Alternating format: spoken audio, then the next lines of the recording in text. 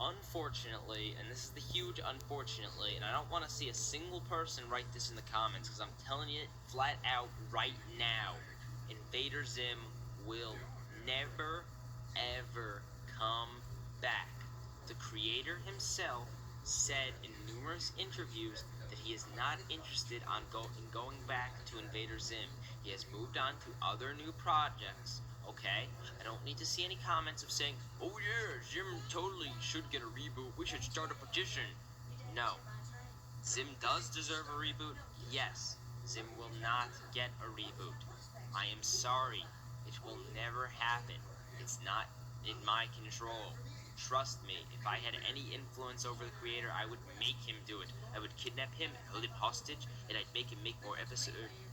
Well, I just said the plot of a famous movie, but it's more about a novel than a TV series. Hey guys and girls, it is Logan Holmes. Right there, you just heard Paga Rules on, I think, November 9th, 2009, talking about how Invader Zim will never, ever come back.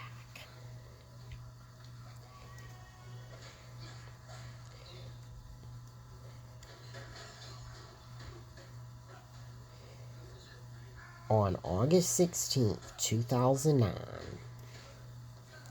Paga Rules was proved wrong.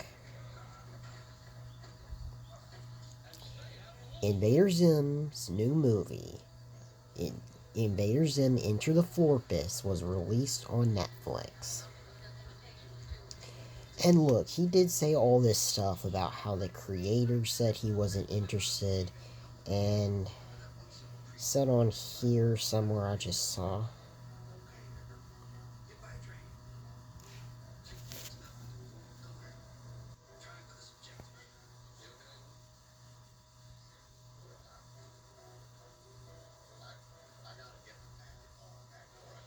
Okay, here it is. At San Diego Comic-Con 2018, Jonan explains that Nickelodeon had been asking him about doing more Invader Zim for years, and that he always had to decline their offers, either because he was too busy working on something else, or due to not being able to come to an agreement with Nickelodeon on a budget for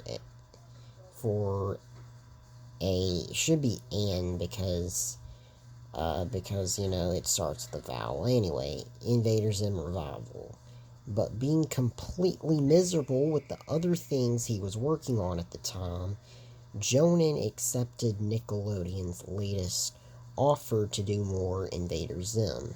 Nickelodeon initially wanted a new Invader Zim television series, but Jonan suggested a 6-episode mini-series instead.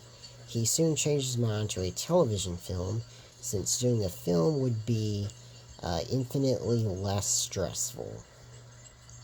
So that's kind of what Paga Rules was talking about back 9, almost 10 years ago.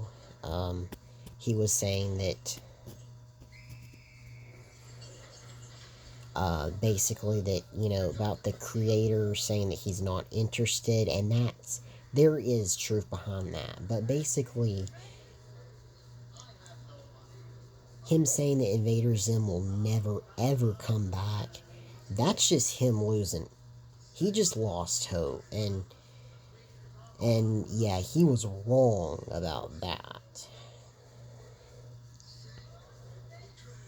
But anyway, enough talking about what Paga Rules thought 9, almost 10 years ago. And we're going to talk about the movie. Okay, so let's see. Ziminger. Okay.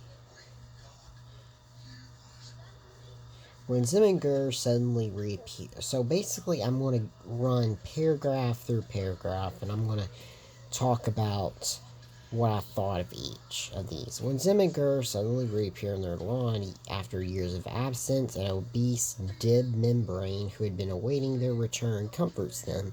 Zim reveals that his disappearance was part of a plan, and with Dib now physically unfit to stop him, he can begin phase 2 of invading Earth. Zim contacts the almighty Tallest to explain phase 2 to them, but realizes he has forgotten what phase 2 entails. I thought that part was pretty cool, and then, really funny that, Zim had actually forgotten. When While Zim brainstorms phase 2 plans, Dib gets back into shape. Dib's father, Professor Membrane, gives Dib a prototype membracelet for Peace Day, meant to be revealed at his keynote address the next day. He expresses his disappointment in Dib's belief of aliens, and Dib tries to convince his father to believe him before giving up in anger and going to Zim's house. Dib finds Zim's home in disarray, and Zim in a state of depression. Having learned that the Urkin Armada is light years away from Earth, and that the Tallest have no interest in him or Phase 2, Zim admits his loss.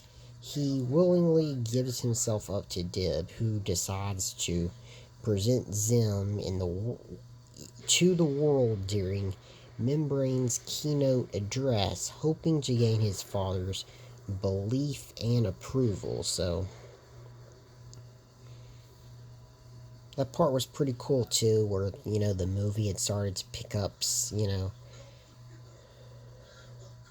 where the movie really started to get, where we started to get towards the plot some.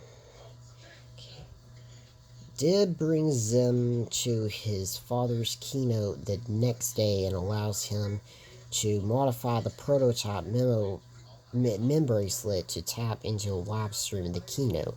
However, Membrane disappears and Zim takes control of the stage in disguise. Dib awakens the next day to find himself and his sister Gaz imprisoned in their own home guarded by Clembrain.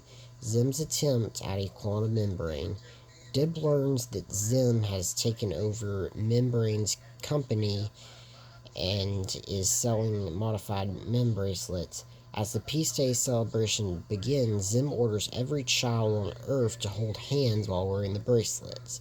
Once all the children hold hands, Zim uses Minimus to teleport Earth to a part of space directly in the path of the Urkin Armada, hoping to force the Tallest to visit him. Meanwhile, the Tallest are irritated by Zim's reappearance and by Earth blocking their path, and plan to destroy the planet once they reach it.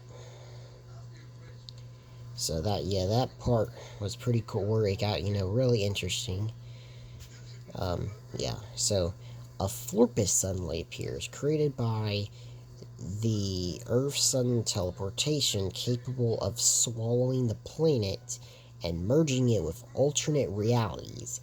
Zim brushes off Dib's concern of this and goes on his way to prepare for the arrival of the Tallest. Dib and Gaz convince Clembrain to allow them outside, which Dib uses as an opportunity to repair a spaceship formerly belonging to Tak. They travel to Muping 10, a space prison where Membrane is being held. They free Membrane and held back to Earth. Dib expresses the frustration at Membrane's skepticism of the events taking place as the ship is damaged by space debris, and Membrane tells Dib that he is proud of him and that he does not have to prove himself. The ship is destroyed, separating the membranes. So you thought the Florpus, was pretty interesting with the whole idea of it. Dib lands on Earth and fights Zim and his robot army for control of Minimus to stop the Florpus. Membrane comes to Dib's aid shortly after and destroys Zim's robot army. Minimus falls into Clembrain's hands, and Zim orders him to hand it over and destroy the Membrane family. Clembrain refuses, stating that the Membranes are his family and he gives Minimus to them. Just as Earth is about to enter the Florpus, The Urkin Armada arrives to destroy the planet. Earth briefly experiences a clashing of realities before Membrane finally figures out how to reset Minimo's and teleport Earth back to its original location, and the Urka Armada flies straight into the Florpus.